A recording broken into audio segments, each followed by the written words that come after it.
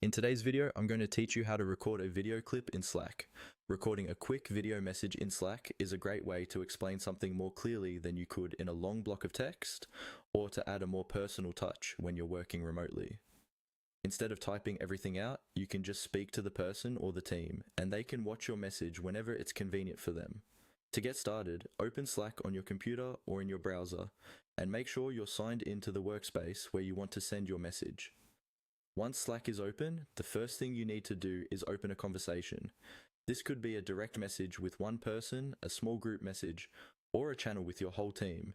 Just click on the conversation in the sidebar so that the chat window is front and center on your screen.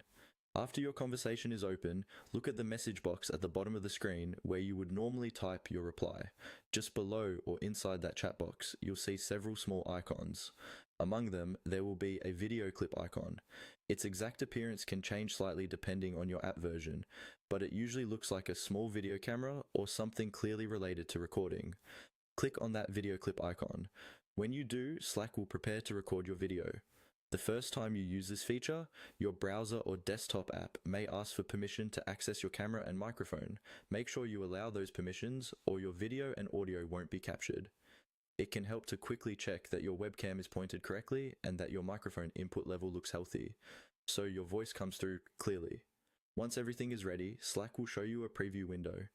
You will be able to see yourself on camera and verify that your background and lighting look okay.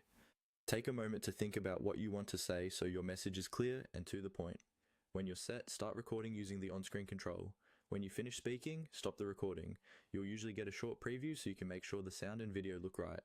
If you're happy with it, go ahead and send it into the conversation just like a regular message.